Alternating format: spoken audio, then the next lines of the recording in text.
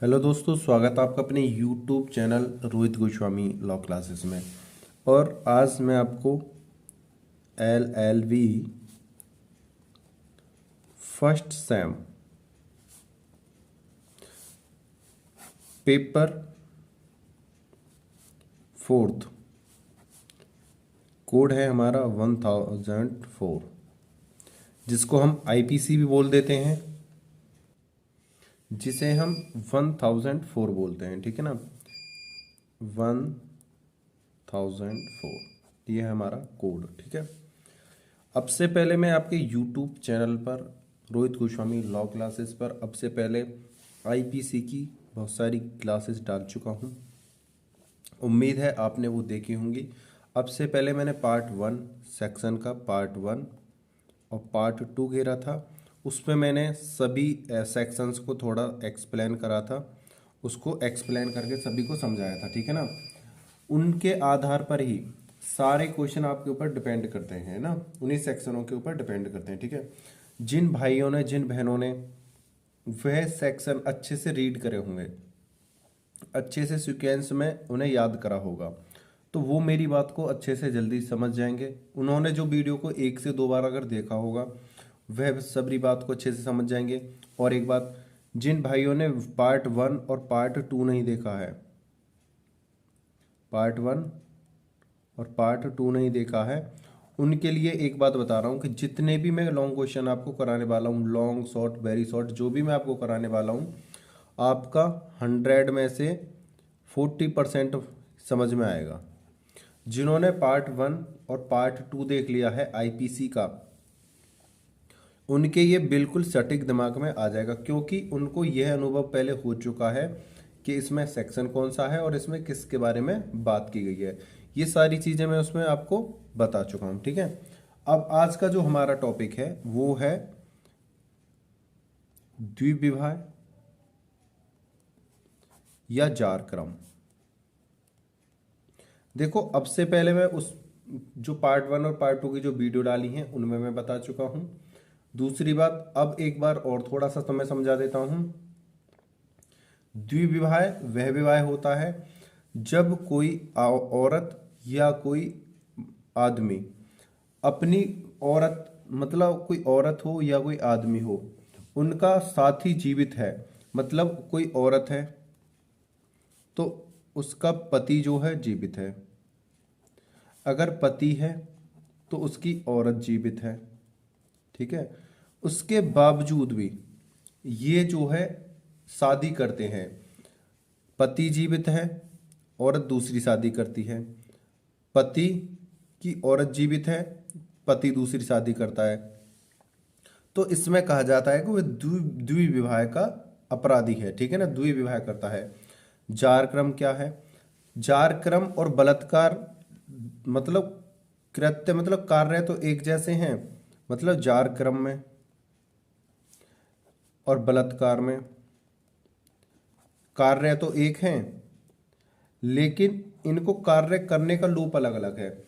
बलात्कार में जबरदस्ती किसी के संग बदतमीजी की जाती है, उसकी बिना मौजूदगी के, वो बिना मर्जी के की जाती है।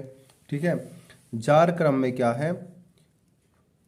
पति का किसी अन्य महिला से संबंध बनाना या पत्नी का किसी अन्य पुरुष से संबंध बनाना।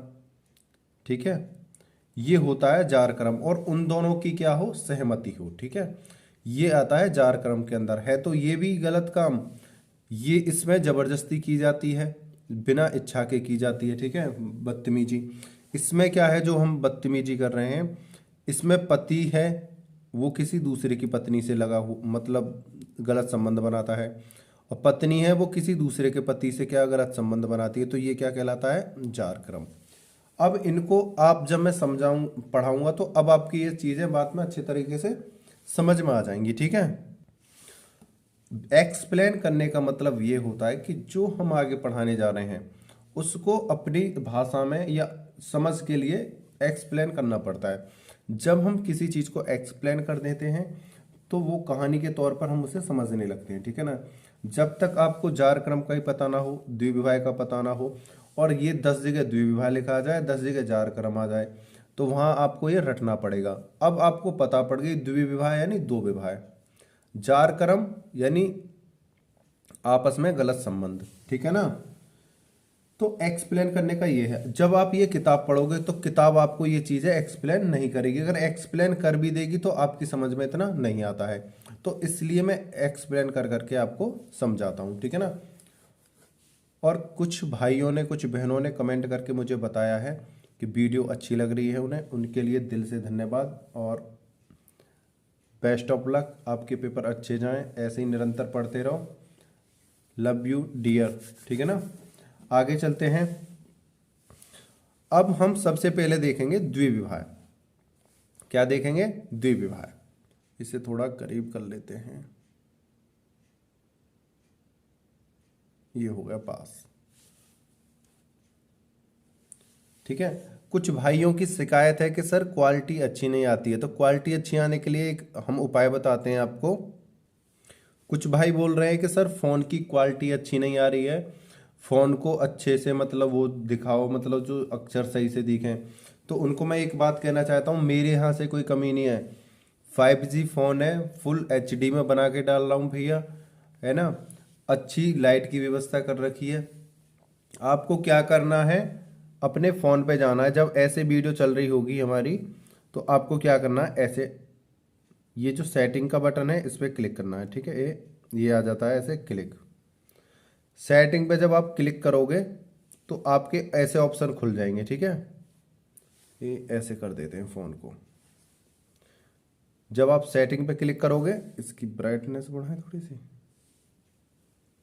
तो ऐसे ऑप्शन खुलेंगे। देखो दोबारा से समझ लो, ऐसे वीडियो चल रही होगी, वीडियो पे हल्का सा एक बार ऐसे क्लिक करना है, एक बार ये सेटिंग पे क्लिक कर देना है। सेटिंग पे जब क्लिक करोगे तो क्वालिटी लिखा आ रहा है, क्वालिटी पे क्लिक जब मारोगे ये करके, तो यहाँ पे हायर पिक्चर क्वालिटी आपको कर देनी है, तब देखना आपकी क्वालिटी कैसी निकल के आती है, ठीक है ना।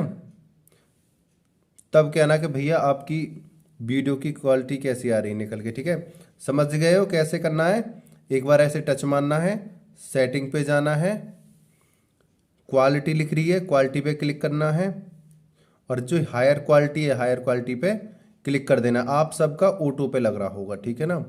हायर क्वालिटी पे हमें कर देना है, अच्छी चलने लगेगी, ठीक है ना। अब आपकी और कोई शिकायत नहीं है मेरे पास, है नहीं।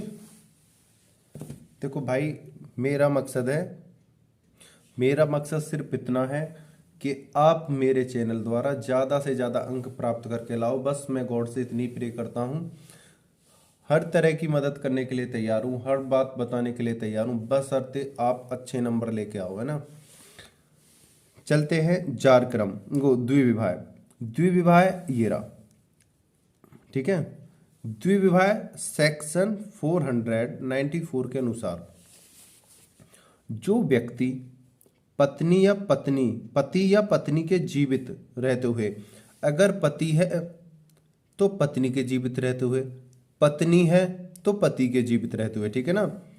पति या पत्नी के जीवित रहते हुए किसी ऐसी दशा में विवाह करेगा जिससे ऐसा विवाह करना इस कारण शून्य है कि वह ऐसे पति या पत्नी के जीवन काल में होता है, तो यह कहा जाएगा कि वह द्विविवाह का अपराध करता है।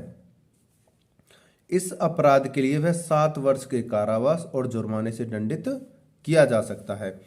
जब कोई पति या कोई पत्नी, औरत किसी मर्द से शादी करती है और मर्द किसी औरत से शादी करता है, ये शादी जब करता है जबकि उनकी पति या पत्नी मतलब दोनों की अलग अलग जीवित हों, उसके बावजूद भी अपने जीवित पत्नी और पति के बावजूद भी वो दूसरी शादी करते हैं, तो वह द्विविवाह के अपराधी होते हैं और उन्हें 7 वर्ष के कारावास की सजा होती है और सेक्शन 494 के अंतर्गत आता है, ठीक है।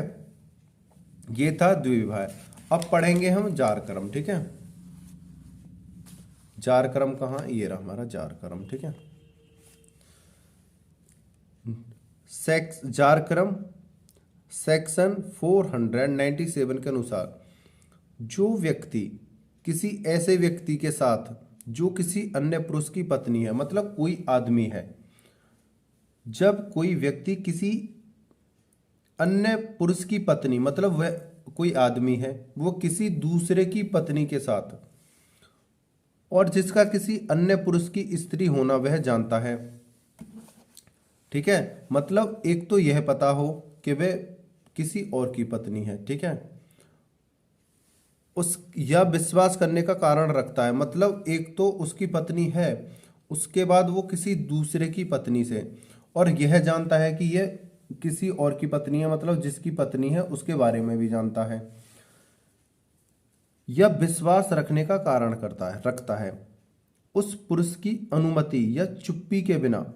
अगर पुरुष है तो उसकी चुप्पी, और पत्नी है, वो महिला है तो उसकी चुप्पी, या अनुमति या चुप्पी के बिना संभोग करेगा, यानी सेक्स करेगा, जो बलात्कार की श्रेणी में नहीं आता, वह जार कर्म के अपराध का दोषी माना जाएगा। ऐसे व्यक्ति को दोनों भांति में से किसी भी प्रकार के कारावास से, जो 5 वर्ष तक हो सकता है, या जुर्माने से, या दोनों से दंडित किया जाएगा। ऐसे मामले में पत्नी दुष्प्रेरक के रूप में दंडनीय नहीं होगी। मतलब जब कोई पति किसी दूसरी महिला के संग गलत संबंध बनाता है, जबकि वह वह व्यक्ति यह जानता है कि यह दूसरे की पत्नी है और यह मेरे पड़ोसी है या मेरे रिलेटिव है, और उसके संग वह संभोग करता है, सेक्स करता है, गलत संबंध बनाता है, तब वहां पे कहा जाएगा कि वह व्यक्ति जार कर्म करता है। जार कर्म का अपराध औरत पे नहीं लगता है, जार कर्म का अपराध पति पे लगता है, ठीक है ना। यह जुर्माने से या दोनों से दंडित किया जाएगा। ऐसे मामले में पत्नी दुष्प्रेरक के रूप में दंडनीय नहीं होगी, मतलब औरतों पे यह दंडनीय अपराध नहीं लगेगा। यह जार कर्म 497 के अंतर्गत आता है। उम्मीद करता हूं आपको ये चीजें समझ में आ गई होंगी, है ना। अगर आप लॉयर बनने वाले हो,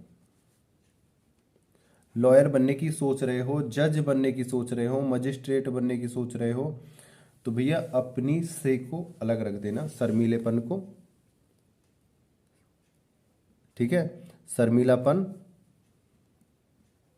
अलग रख देना, और शर्म को खूंटी पर टांग देना, ठीक है।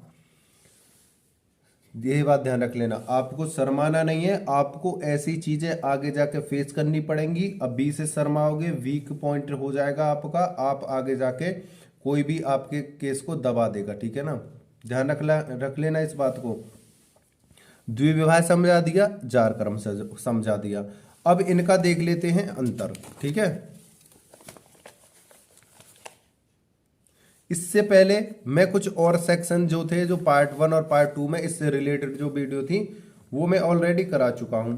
एक सेक्शन मेरे से उनमें गलत हो गया था, तो उनमें मैंने दूसरी वीडियो में बता दिया है, ठीक है ना।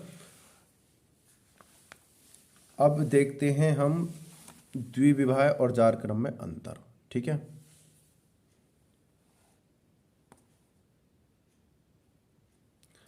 उम्मीद करता हूं जो मैं आपको समझा रहा हूं आपके अच्छे तरीके से समझ में आ रहा होगा, ठीक है। द्विविवाह 494, जार कर्म 497। द्विविवाह 494 सेक्शन 494 और जार कर्म सेक्शन 497। द्विविवाह का अपराध धारा 494 में परिभाषित है। जार कर्म का अपराध धारा 497 में परिभाषित है, ठीक है। ये 494 में परिभाषित है और ये 497 में परिभाषित है। यह विवाह से संबंधित मुख्य अपराध है। यह किससे संबंधित है? जब तक विवाह नहीं होगा तब तक द्विविवाह का अपराध उस पर कायम नहीं हो सकता। इसमें क्या होना अनिवार्य है? शादी होना अनिवार्य है, विवाह होना अनिवार्य है, उससे पहले ये अपराध नहीं लगेगा। कौन सा? द्विविवाह वाला, ठीक है। यह भी विवाह से संबंधित मुख्य अपराध है, ठीक है। यह किससे संबंधित है? विवाह से संबंधित, ठीक है। इसमें लेकिन आदमी औरत को मतलब गलत फहमी से फंसाया गया हो। कैसे? गलत फहमी से, धोखाधड़ी से, लालच से, उसे फुलसा के ऐसे फंसाया गया हो, ठीक है। इसमें पीड़ित पक्ष यानी महिला, पति या पत्नी में से कोई भी हो सकता है। मतलब इसमें पति वो भी पीड़ित हो सकता है, पत्नी वो भी पीड़ित हो सकती है। देखो आज की डेट में क्या है, काफी केस ऐसे हैं जो औरत हैं अपने पति के साथ रहना नहीं चाहती हैं, वो किसी दूसरे से शादी करना चाहती हैं, ठीक है, सेकंड से। और कुछ पति ऐसे हैं जो अपनी पत्नी के साथ नहीं रहना चाहते, वो किसी दूसरे से मतलब शादी करना चाहते हैं।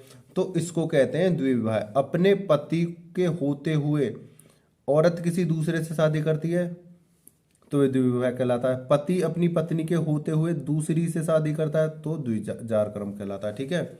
यहाँ पे क्या कह रहे हैं कि इसमें पति पक्ष सॉरी इसमें पीड़ित पक्ष यानी जिसके संग यह कार्य हुआ है ना, पति या पत्नी, इनमें से कोई भी हो सकता है। लेकिन जार क्रम में आ जाओ, इसमें पीड़ित पक्ष में हमेशा पति ही होता है। द्विविवाह में औरत पति या पत्नी कोई दोनों हो सकते हैं और इसमें जो पीड़ित होगा पति ही होगा, ठीक है। द्विविवाह के अपराध के लिए पत्नी की सहमति होना महत्वहीन है, ठीक है। अगर द्विविवाह हो रहा है तो पत्नी की जो स्वीकृति है, सहमति है, वो क्या है, महत्वहीन है, उसका कोई महत्व नहीं है। जार कर्म के अपराध के लिए पत्नी की सहमति होना आवश्यक है। देखो जब तक जार कर्म नहीं हो सकता, जार कर्म कब होता है, जब कोई औरत है, जैसे कोई औरत है जब कोई औरत है किसी दूसरे के पति के चंगुल में आ जाती है, ठीक है। औरत है किसी दूसरे के पति के संग क्या करती है, संबंध बनाती है, और ये जो संबंध बना रही है अपनी मर्जी से बना रही है, ठीक है। और जब पकड़ी गई तो जार कर्म लग गया, नहीं पकड़ी गई तो कोई नहीं है, खेल कूद रहे हैं, मजे ले रहे हैं, ठीक है। और जब पकड़ी जाती है तो क्या हो जाता है, जार कर्म, ठीक है। और ये हमेशा जो आरोप लगेगा किस पर लगेगा, पति पे ही होता है। इसमें पीड़ित पक्ष हमेशा पति होता है और द्विविवाह में पति पत्नी दोनों हो सकते हैं। द्विविवाह के अपराध के लिए पत्नी की सहमति होना महत्वहीन है। जार कर्म के अपराध के लिए पत्नी की सहमति होना आवश्यक है। बिना किसी औरत की सहमति के जार कर्म नहीं हो सकता। अगर बिना सहमति के जार कर्म हो रहा है, मतलब संबंध मिल रहे हैं, बिना सहमति के सेक्स हो रहा है, संबंध बन रहे हैं, तो वो क्या होगा, बिना सहमति के वो बलात्कार की श्रेणी में कूद जाएगा। 375 धारा 375 में पहुंच जाएगा और 376 के द्वारा उसे दंडित किया जाएगा, ठीक है। और सहमति है, संबंध बन रहे हैं और किसी ने उन्हें पकड़ लिया तो क्या होगा, जार कर्म होगा। या वही पत्नी शिकायत दर्ज कर देगी, जी हमारे इनसे संबंध थे, मतलब इस मर्द से मेरे संबंध थे और लेकिन अब ये मुझे छोड़ना चाहता है, धोखा देना चाहता है और इसने पहली पत्नी को मुझसे छुपा के रखा है, तो वहां पे जार कर्म होगा, ना कि बलात्कार, ठीक है। इसका एग्जाम्पल देखो, किसी आदमी ने किसी औरत को झूठ बोला कि भाई मैं कुंवारा हूं, कैसा हूं, कुंवारा, ठीक है। और कोई औरत है उससे क्या कर लेता है, शादी। शादी के बाद औरत को पता चलता है, ये मतलब सेक्सुअल लाइफ जी चुके होते हैं, मतलब संबंध बना चुके होते हैं। औरत को पता चलता है कि यार इसकी तो पहले से ही पत्नी है, यहाँ पे तो इसने हमारे संग घपला कर दिया, तो ये औरत जार कर्म का आरोप पति पे लगा सकती है, ठीक है ना। द्विविवाह का आरोप स्त्री और पुरुष दोनों पर समान रूप से लगाया जाता है, मतलब स्त्री पे भी लग सकता है और पुरुष दोनों पे ही लगाया जाता है। जाड़ता का आरोप केवल पुरुष पर लगाया जाता है। स्त्री की सामाजिक स्थिति और उसकी परिस्थितियों को दृष्टि में रखते हुए यह आरोप स्त्री पर नहीं लगाया जाता। बात एक ही है, देखो इस वाली लाइन में और इस वाली लाइन में कोई ज्यादा अंतर नहीं है। इसको हम यहां से क्या करते हैं, पिंक का मतलब है हम इसे कट कर देते हैं। ये जो पिंक वाली है इसको याद नहीं करना है, ठीक है। ये है कट की श्रेणी में, ठीक है। ये पिंक वाला जो भाई याद नहीं करना है आपको, है ना। और जो याद करना है उसे अभी हाइलाइटर कर देते हैं हम, है ना। ये है हाइलाइटर।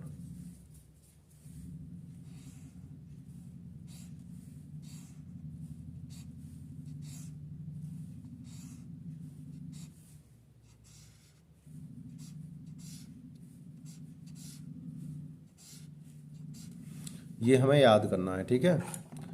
द्विविवाह का अपराध जारता की अपेक्षा अधिक गंभीर है, मतलब इतना गंभीर ये नहीं है। अगर कोई किसी के संग संबंध बना रहा है उसकी मर्जी से और बाद में पता चलता है कि यार ये तो संबंध गलत मिल गए, गलत कनेक्शन भिड़ गए हमारे, तो वो इतना गंभीर नहीं है जितना कि द्विविवाह गंभीर है। भाई विवाह करके तो सारा ही मामला गड़बड़ हो जाता है। देखो अगर जारता करके तो आदमी एक बार को छूट भी सकता है, मतलब कि उससे संबंध नहीं बने, लेकिन शादी करके गलत काम करते हैं तो वो जीवन जीवन के लिए क्या हो जाता है, बंध जाते हैं कि यार पत्नी थी, मैं उसका पति था, मतलब संबंध में बंध गए। और जारता क्या है, एक दो दिन मतलब अपने मतलब मिले या कुछ वैसे संबंध रहे, कुछ महीने कुछ साल, लेकिन यहाँ पे ये बंधु संबंध नहीं होते हैं। जारता का अपराध द्विविवाह के मुकाबले में कम गंभीर है, ठीक है। यहाँ पे ये कहा गया है कि द्विविवाह ज्यादा गंभीर है। द्विविवाह में क्या है, आदमी बंध जाता है। जारता के में क्या है, 1 महीना 2 महीना 6 साल 2 साल 4 साल 5 दिन 1 हफ्ता, जैसे जिसकी मर्जी है, जब तक वो पकड़े नहीं जा रहे जब तक चल रहा है, ठीक है। ये था जारता। उम्मीद करता हूं कि ये क्वेश्चन आपको बहुत ही अच्छे से समझ में आया होगा, और क्षमा चाहता हूं मैं अपने छोटे बड़े बहन भाइयों से, सबसे। कुछ मैंने यहाँ पे ऐसे शब्दों का इस्तेमाल करा जो अभद्रिय थे, बट लॉ के फील्ड में भाई हमें इन चीज़ों का प्रयोग करते रहना पड़ेगा। अगर जिनको बुरी लगी हो बातें उनके लिए I am very really sorry, ठीक है। देखो पढ़ाने के लिए अगर किताब में हमारी चीज़ें दे रखी हैं तो हमें एक्सप्लेन करने में कोई दिक्कत नहीं है, अगर गलत होती तो किताबों में भी नहीं होती, ठीक है। और आगे चल के हमें इन चीज़ों से फेस करना होगा, हमें इन चीज़ों के केस हैंडल करने होंगे। अगर किसी को बुरा लगा हो तो उसके लिए वेरी रियली सॉरी, ठीक है। और एक बात आपसे कहना चाहता हूँ, अगर आप हमारे यूट्यूब चैनल से भी नए जुड़े हैं और आपने अभी हमारे यूट्यूब चैनल को लाइक शेयर एंड सब्सक्राइब नहीं किया है, तो प्लीज़ आपसे रिक्वेस्ट है, प्लीज़ हमारे चैनल को ज़्यादा से ज़्यादा लाइक शेयर एंड सब्सक्राइब करो और बेल आइकन घंटी को दबा लो, जिससे कि कोई भी वीडियो हमारे यूट्यूब चैनल पर अपलोड होगी तो तुरंत आपको पता चल जाएगा। और ज़्यादा से ज़्यादा कमेंट करके बताओ कि आपको यूनिक से पढ़ाते वक्त समझ में आ रहा है या नहीं आ रहा है, कि नोट्स से ज़्यादा समझ में आता था कि अब ज़्यादा समझ में आ रहा है कि अब कम आ रहा है, ठीक है। क्या मेरे पढ़ाने में कुछ अंतर हुआ है नोट्स से और यूनिक से। और दूसरी बात, ये यूनिक का इस्तेमाल अब इसलिए करा जा रहा है कि भाई मैं भी थक चुका होता हूँ, ठीक है ना। आपके लिए वीडियो बनाते बनाते मैं थक चुका होता हूँ। देखो तुम विश्वास नहीं करोगे, आप तो पूरे, आपका इतना प्यार है, मुझे इतना सम्मान मिल रहा है। देखो 1:44 हो रही है रात के, ठीक है। और ये दिन है, दूसरा दिन लग गया संडे, रात के 2 बज रहे हैं देखो।